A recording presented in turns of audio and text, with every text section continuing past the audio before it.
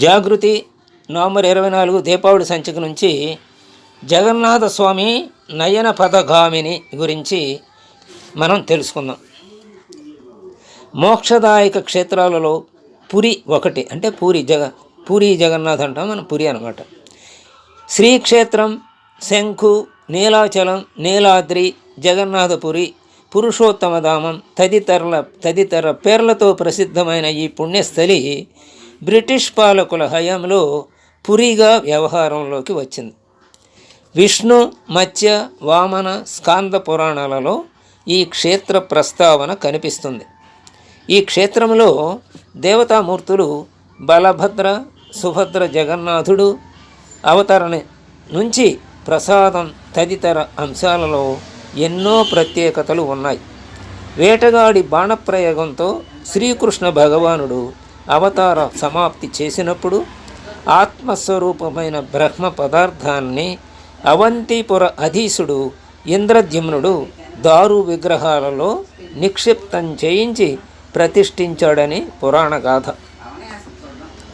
తనకు కలలో దేవదేవుడు సూచించిన మేరకు సముద్రంలో తేలియాడుతున్న కొయ్యను సేకరించి విశ్వకర్మతో విగ్రహాలను రూపొందించగా బ్రహ్మదేవుడే వాటిని ప్రతిష్ఠింపచేశాడు. 192 అడుగుల ఎత్తున శంఖాకారంలోని ఆలయ శిఖర గోపురంపై సుదర్శనం చిహ్నంతో కూడిన జెండా, అంటే పతిత పావన పతాకం అన్నమాట. దానిని నిత్యం మారుస్తారు. ఆలయం ధ్వజస్తంభం ఆలయ శిఖరం మీద ఉన్నటువంటి జెండాని రోజు మారుస్తారు. అది గాలికి వ్యతిరేక దిశలో కదులుతూ ఉంటుంది. గోపురంపై ఉన్న చక్రం శ్రీమన్నారాయణుడి చేతిలోని సుదర్శనంతో సమానమని, దానిని దర్శించినంతనే పాప విముక్తులవుతారని క్షేత్ర ప్రాశస్త్యం. దానిని ఎటు నుంచి చూసినా అది మన వైపే చూస్తున్నట్లు అనిపిస్తుంది. గోపురంపై పక్షి సంచారం కనిపించదు. పగటి వేళ సముద్రంపై నుంచి భూమికి, సాయంత్రాలు భూమి నుంచి సముద్రానికి గాలి వీచడం సహజం. కాగా ఈ జగన్నాథ క్షేత్రంలో వాతావరణం అందుకు భిన్నంగా ఉంటుంది. ఆలయానికి అత్యంత సమీపంలోనే సముద్రం ఉన్న ఆలయం లోపలికి సాగర ఘోష వినిపించదు.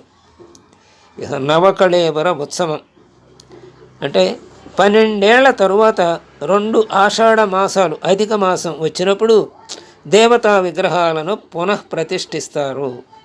12 ఏళ్లకోసారి మూల విరాట్టులు మారుస్తారన్నమాట. దానినే నవకళేబర ఉత్సవం అంటారు.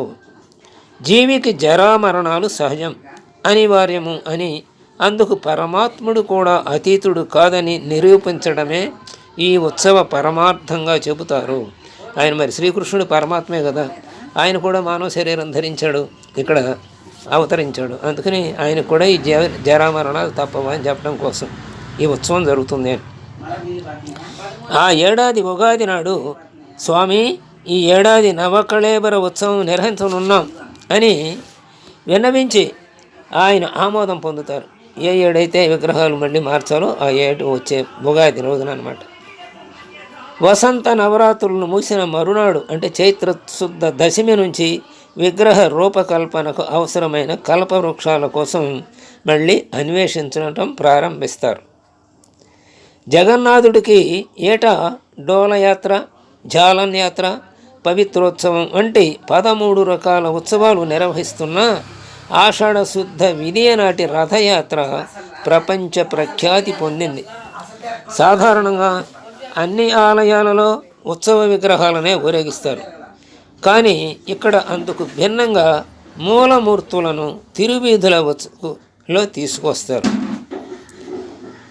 ఆలయ ప్రధాన ద్వారం ఇరువైపులా 2 రాతి సింహాలు, ఆలయానికి ముందు గరుడ స్తంభం ఉంటాయి. 3 మండపాలకు భోగ నాట్య జగన్మోహన మండపాలు అని పేరు. వైనతేయునికి నమస్కరించిన తరువాతే బలభద్ర, సుభద్ర సమేత జగన్నాథుడిని దర్శించుకోవాలి. జగన్నాథుడిని నిత్యం పట్టు వస్త్రాలు, పుష్పాలతో అలంకరిస్తారు. శ్రీ మహావిష్ణువు అవతరణ పర్వదినాల సందర్భంగా ఆయా అవతారాలలో దర్శనమిస్తారు.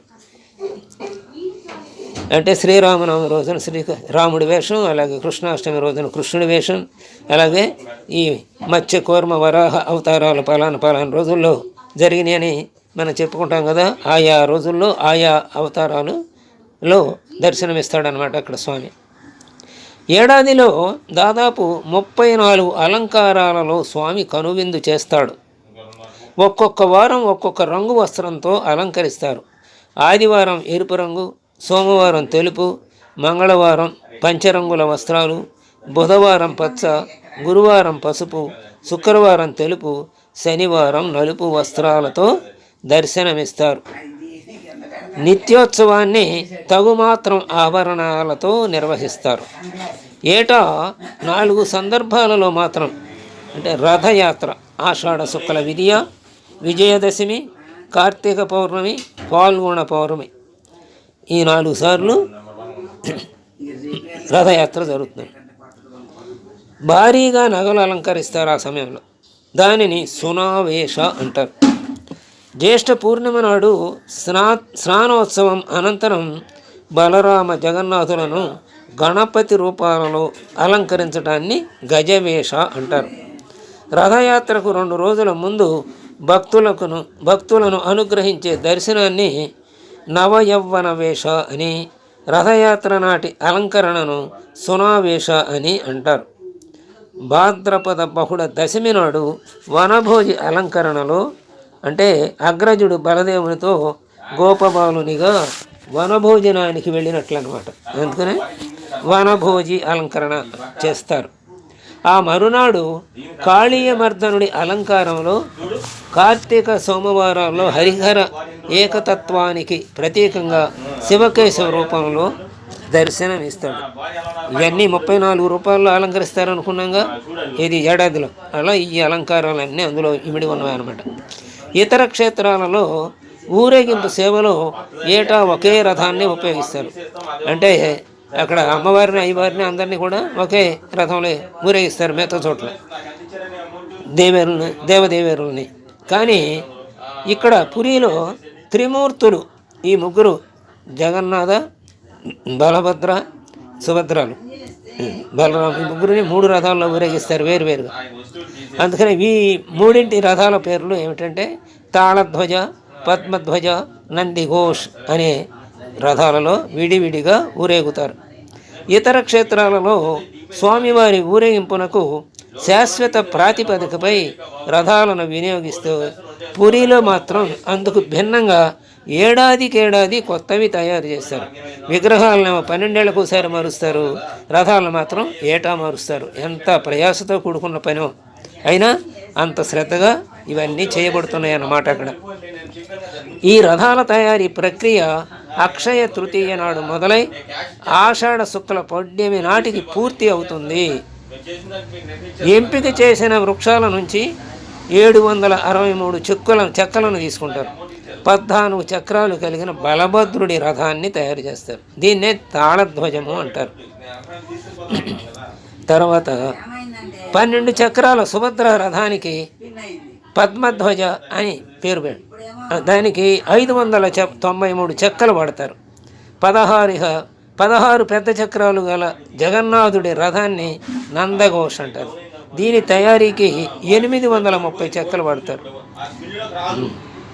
సుభద్ర రథానికి 593 చెక్కలు, అలాగే బలరాముడి దానికి 763 చెక్కలు, 830 చెక్కలేమో జగన్నాథుని రథానికి ఉపయోగిస్తారు. ఆలయానికి చెందిన ముఖ్య పండాలతో పాటు 9 మంది శిల్పులు, శిల్ప కళా నిపుణులు, మొత్తం 125 మంది ఈ ప్రక్రియలో పాలు పంచుకుంటారు. రథాలు తయారు చేసే దాంట్లో అంతమంది పాల్గొంటారు. తాళధ్వజ రథసారథి మాతలి, ఈ అంగరక్షకుడేమో వాసుదేవుడు. పద్మధ్వజ సారథి అర్జునుడు కాగా జయదుర్గేమో అంగరక్షకురాలు. అలాగే నందిఘోష్ రథసారథి ధారకుడు, అంగరక్షకుడేమో గరుడు. రథంలో దేవీ దేవతలు అధిరోహించే చోటును రత్నపీఠం అంటారు. ఇది రథాల వివరం. ఇక ఉరకలెత్తే ఉత్సాహంతో జరిగే రథోత్సవాన్ని గురించి తెలుసుకుందాం. 3 మూర్తులను రథాలపై ఆసీనులను చేసే వేడుకను పహాండి అంటారు. సవర తెగ రాజు విశ్వావసు వారసులు విగ్రహాలను రథాలపైకి చేరుస్తారు. విశ్వావసు రాజు ఇంద్రద్యుమ్న మహారాజుకు ముందే జగన్నాథుడిని నీలమాధవ స్వామి రూపంలో అర్చించాడని ఇతిహాసం. రథయాత్ర ఆరంభానికి ముందు పురీ సంస్థానాధీశులు జగన్నాథుడి తొలి సేవకుడు గజపతి మహారాజు బంగారు చీపురుతో రథాలను శుభ్రపరిచి చెరపహర అంటారనమాట. ఈ శుభ్రపరిచేదాన్ని మంచి గంధం నీటితో కడుగుతారు. చీపురుతో రథాలను శుభ్రపరిచి మంచి గంధం నీటితో కడుగుతారు. కోటికి పడగెత్తిన ధనవంతుడు నీ ముంగిట సామాన్యుడు, నీ గుడి ముంగిట సామాన్యుడు అన్న కవివాక్కు నిజం అనిపిస్తుంది ఈ చర్యని గమనిస్తే మనం. మరి రాజుగారు ఏమిటి ఓడవటం ఏంటి? అందుకని బంగారు చీపురుతో వాకిలి అక్కడ దేవుడి ముందు వాకిలి ఆ రథాన్ని శుభ్రం చేస్తాడు అనమాట. ఈ ప్రక్రియ అనంతరం ప్రధాన పండాల అనుమతి మేరకు కస్తూరి హారతి ఇచ్చి జై జగన్నాథ అంటూ పెద్దపెట్టున నినదిస్తూ రథం తాళ్ళు లాగుతారు. పురి సంస్థానాధీశుడు జగన్నాథుడి రథం తాడు అంటే శంఖ చూడనాథుడు అంటారు. ఈయన ఆ తాడును లాగి యాత్రను ప్రారంభిస్తారు రాజుగారు ముందు, పురి రాజుగారు. లక్షలాది మంది రథాన్ని లాగేందుకు ప్రయత్నిస్తారు. అది పూర్వజన్మ సుకృతమని, రథం తాడును తాకినా పాపాలు హరిస్తాయని విశ్వాసం. రథాలు కదిలే సమయంలో శంఖారావం ఘంటారావం చేస్తారు. తేరు పురోగమించడమే తప్ప తిరోగమనం ఉండదు. ఆ విశిష్టతనే శ్రీశ్రీ గారు వస్తున్నాయి జగన్నాథ చక్రాలు వస్తున్నాయని ఉపమానంగా ఒక కవిత అల్లారు ఆయన. రథం నిలిచిపోయిన సందర్భాలలో అశ్లీల పద ప్రయోగాలతో కొబ్బరికాయలు కొడతారు. ఇతర క్షేత్రాలలో ఊరేగింపునకు వెళ్ళిన దేవదేవేరులు వెంటనే ఆలయానికి చేరుకుంటారు. కానీ ఇక్కడ సోదర ద్వయం రోజుల తరబడి ఆలయం వెలుపల గుడించా అనే అతిథి గృహంలో సేద తీరటం మరో ప్రత్యేకత. ఇక రథోత్సవం అయిపోయింది. ఇప్పుడు ప్రసాదంలోని సమత మమత దాని గురించి తెలుసుకుందాం. జగన్నాథుడు నైవేద్య ప్రియుడు. నిత్యము 64 రకాల పిండి వంటలను కట్టి పొయ్యల మీద మట్టి కుండలలోనే ఇప్పటికీ వండుతున్నారు. కుండ మీద కుండ పెట్టి వండడం, అన్ని పాత్రలలోని పదార్థం ఒకేలా ఉడకడం విశేషం. ప్రసాదాన్ని సాక్షాత్తు శ్రీ మహాలక్ష్మీదేవి తయారు చేస్తారని విశ్వాసం. ఈ వంటశాలను ప్రపంచంలోనే అతి పెద్ద పాకశాల, వరల్డ్స్ బిగ్గెస్ట్ హోటల్ అని ఆంగ్లేయులు, అంటే ఈ ప్రపంచంలో ఇంత పెద్ద వంటశాల ఎక్కడా లేదని ఆంగ్లేయులే అభివర్ణించారు. వంటశాలలో ఆధునిక సదుపాయాలకు బదులు తిరగలి, సన్నికిలి, రోలు లాంటి పాతతరం వస్తువులను ఉపయోగించడం మరొక ప్రత్యేకత. స్వామికి నివేదించే అన్నప్రసాదాన్ని వబడా అంటారు. దీనితో పాటు శుష్క ప్రసాదాన్ని చేస్తారు. దైవ దర్శనానికి వచ్చేవారు అక్కడ స్వీకరించేది అన్నప్రసాదం కాగా, ఇంటికి తీసుకువెళ్ళేది శుష్క ప్రసాదం. అది అక్కడ భోజనం చేసేదాన్ని, అక్కడ తీసుకునే ప్రసాదాన్ని వబడ అంటారు. ఇంటికి తీసుకోదాన్ని శుష్క ప్రసాదం అంటారు అన్నమాట. దీనిని వితరణ చేసే ప్రదేశాన్ని ఆనంద బజార్ అంటారు. అంటే భోజనాలు మరి అలాగే ప్రసాద వితరణ ఇంటికి తీసుకెళ్ళేది అక్కడే జరుగుతుంది. ఆనంద బజార్ అనే ప్రాంతం దాన్ని అనేది. మహాప్రసాద స్వీకరణలో తేడాలు అంటూ ఉండదు. సర్వమానవ సమానత్వం, లౌకిక తత్వం జగన్నాథుని సిద్ధాంతం. దానిని అవగాహన చేసుకుంటే లోకమంతా ఆనందమయమవుతుందని, కుల మత వర్ణ వైరుధ్యాలకు అతీతమైన సమాజం సిద్ధిస్తుందని అంతరార్థంగా చెబుతారు. అందుకని ప్రసాద స్వీకరణలో అక్కడ ఏ భేదభావాలు ఉండవన్నమాట. వచ్చిన వాళ్ళంతా సమానం. ఉదాత్తత, ఉత్తమ మనసులతో అరమరికలు లేకుండా అందరూ ఆనందంగా భుజిస్తారు. అందుచేతనే సర్వం శ్రీ జగన్నాథం అనేది వాడుకలోకి వచ్చింది అంటారు. అలాగే ఇక ఆయన పద్దిపర్తి కోనమరాజు గారు అని ఆయన ఈ సర్వం జగన్నాథం అనే దానికి చక్కని ఒక పద్యాన్ని రాశారు. జగతి 4 వర్ణముల్ సమము చేసి కుడువ చేసి తివౌ బళా కుడుచువేళ ఏహ్యమిసమంతయును లేక సహ్యముగను జగన్నాథ చేసితే చిత్రముగను అని పద్యపత్తి కోనమరాజు గారు చక్కగా వివరించారు ఈ ప్రసాద సేకరణ. ఈ క్షేత్రంలో చిన్న పెద్ద ఆలయాలు అనేకం ఉన్నాయి. వాటికి సంబంధించిన స్థల పురాణాలు ఉన్నాయి, ఎన్నో గాథలు ఉన్నాయి, పౌరాణిక కథలు కనిపిస్తాయి. ఇవన్నీ మనస్సుకి ఆనందింపజేస్తాయి, మనస్సును ఆనందింపజేస్తాయి, జ్ఞానం కలగజేస్తాయి. అయినా నాటి సామాజిక స్థితి సభ్యతలను గురించి తెలిపే ఆ కథలు అవన్నీ కూడా విజ్ఞాన సంపుటాలే. అయితే అవన్నీ స్థలభావం చేత ఇక్కడ ఇవ్వలేదన్నమాట.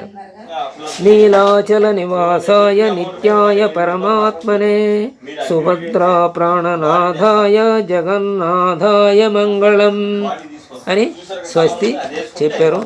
ఈ జగన్నాథ స్వామి నయన పదగామిని అని ఇక్కడ మనం విగ్రహాలను మార్చడం, తర్వాత దేవదేవేరులకి రథాల ఊరేగింపులో ప్రత్యేక రథాలు ఒక్కొక్క స్వామికి ఉండటం, తర్వాత ప్రసాద వితరణ, అలాగే దేవదేవేరులు ఊరేగింపు తర్వాత అందరినీ వెంటనే మళ్ళీ తీసుకెళ్ళి మూలస్థానంలో ఉంచటం.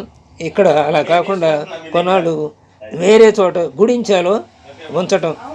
ఇవన్నీ ఇక్కడి ప్రత్యేకతలు అన్నమాట. స్వస్తి.